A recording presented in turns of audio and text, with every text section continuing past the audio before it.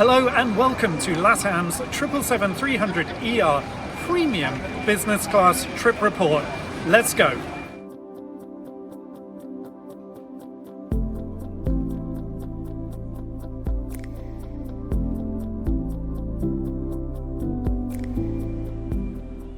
Today starts in Heathrow's Terminal 3, home to Cathay, Virgin, American and of course LATAM. Check-in took slightly longer than we had hoped due to passengers with quite a lot of luggage ahead of us, but once we were at the desk it took just moments to get our boarding pass and head through fast track to the departure hall. Some of you might remember that LATAM used to be a one-world carrier, but back in 2020 it left, meaning that passengers in Heathrow can now no longer use the best of the one-world lounges, both Qantas and Cathay.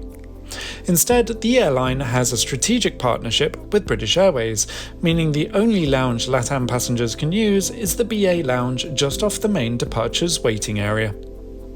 This lounge is one of the worst sadly in Heathrow, even though it's undergone a bit of a renovation as of late. The best place to settle in is at the back of the lounge, where there are large picture windows, a bar area and comfy seats, away from the main thoroughfare and dining areas.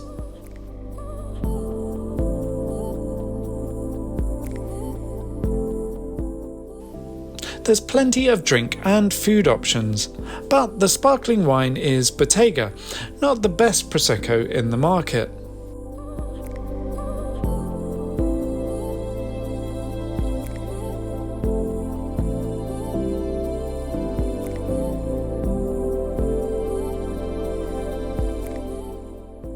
But the best element of the lounge has to be the runway views, which whiled away the time until boarding was called.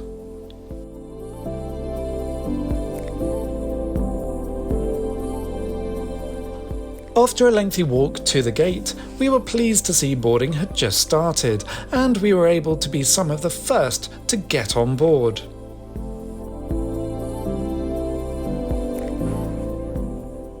Now, LATAM's 777 is the largest of the airline's aircraft and operates exclusively to and from Sao Paulo. The business class cabin is split into two sections. The front section, ahead of the second door, features 24 seats in a 1-to-1 configuration, while the rear section features a further 14 seats.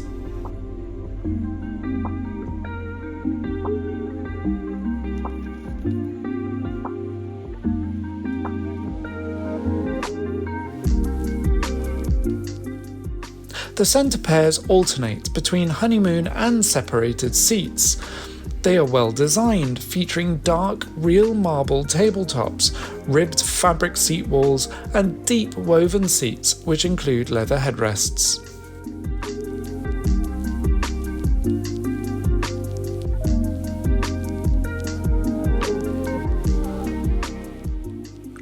On the seat was bedding, menu and water bottle, but sadly no in-flight magazine. Amenity kits were handed out later. It was slightly frustrating to have the whole aircraft board while the crew were trying to offer a pre-departure service, but it is hard to manage this when the cabin continues beyond the boarding door. The seats offer good legroom and wide footwells and small storage areas beside the seat.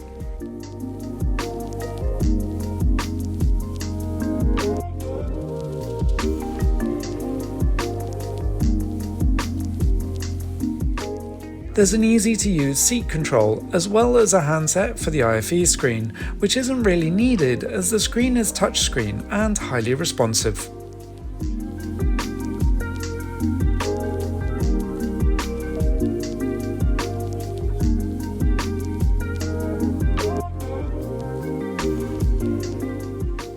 On settling into the seat, I was offered a glass of champagne and warm nuts. The crew were incredibly friendly, but sadly their English wasn't as strong as I would have hoped for a London-bound crew. Luckily, I was able to speak some Portuguese to get by.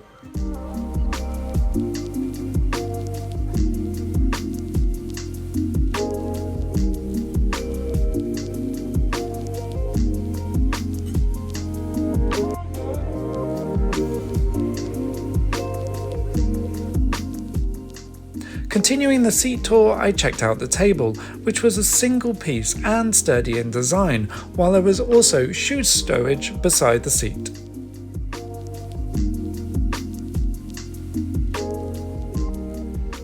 The headphones weren't great, but luckily they were in the process of being replaced, and by now new headphones are already being rolled out across the fleet.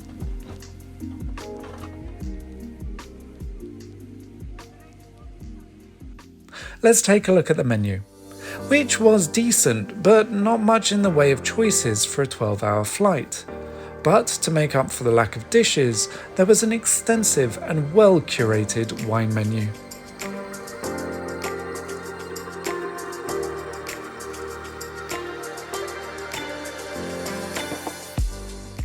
On the IFE, there were plenty of movies and TV shows to select from.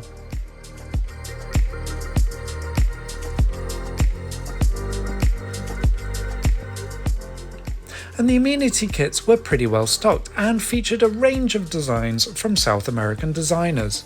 It's a nice way of celebrating the vibrant continent that the airline represents.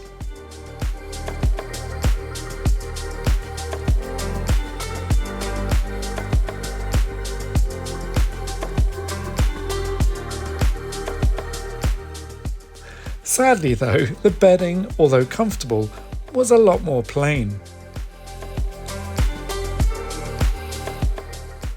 After boarding was complete, the safety video was played and we pushed back and headed off on our overnight flight to Sao Paulo.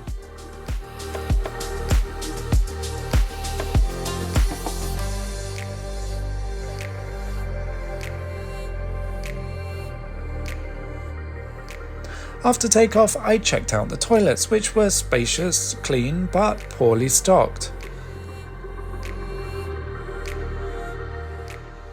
Once back in my seat, hot towels were handed out prior to the start of the meal service.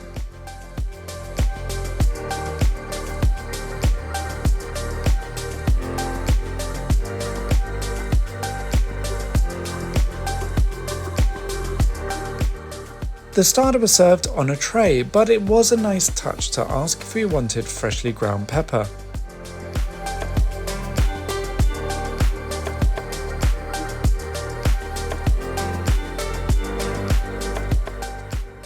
Wine pairings were offered along with a range of breads.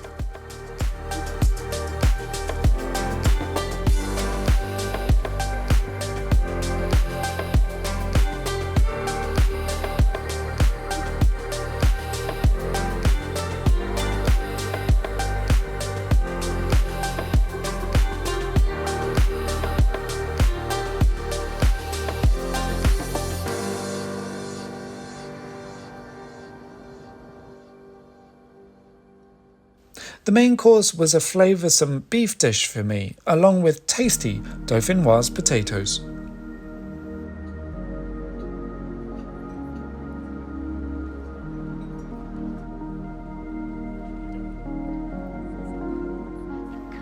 The service all in all was pretty quick, and after a chocolate dessert, we were offered a tea or a coffee along with a chocolate before heading to sleep, which was of decent quality thanks to the bedding and lengthy bed.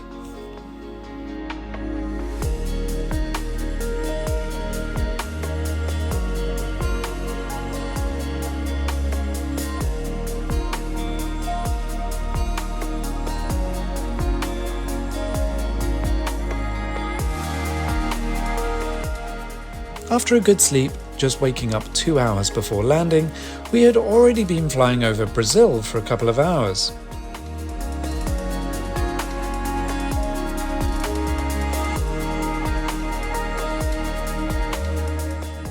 As the cabin came to life and the mood lighting raised, the crew came around with hot towels.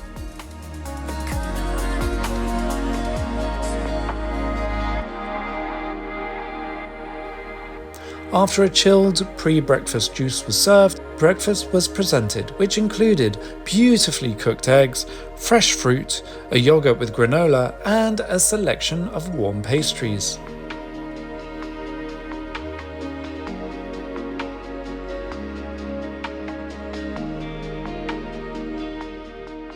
The breakfast tasted great and was a much needed great start to the day.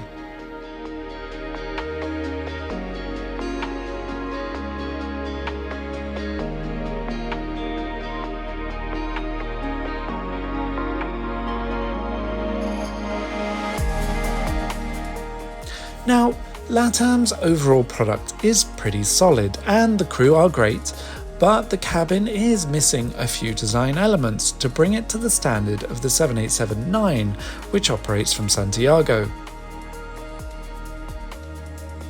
In comparison to the rest of the fleet, this 777 is starting to show its age, and seat aside, there needs to be some love spent on the mood lighting, overall cabin and food service design to deliver on what a real 12-hour flight should be like. LATAM is still the best airline in South America, but it has a little way to go to elevate itself to an international stage. As far as business classes go, it's industry standard, but does it deserve the moniker Premium Business Class? Well, in my opinion, not just yet, but with news of the new interiors launching later this year and gorgeous new lounge in Santiago, more of that to come soon, the airline is already doubling down on its passenger experience. 2025 is going to be epic for this carrier. Thanks for following. Like, share, and please do subscribe. And until next time, safe flying.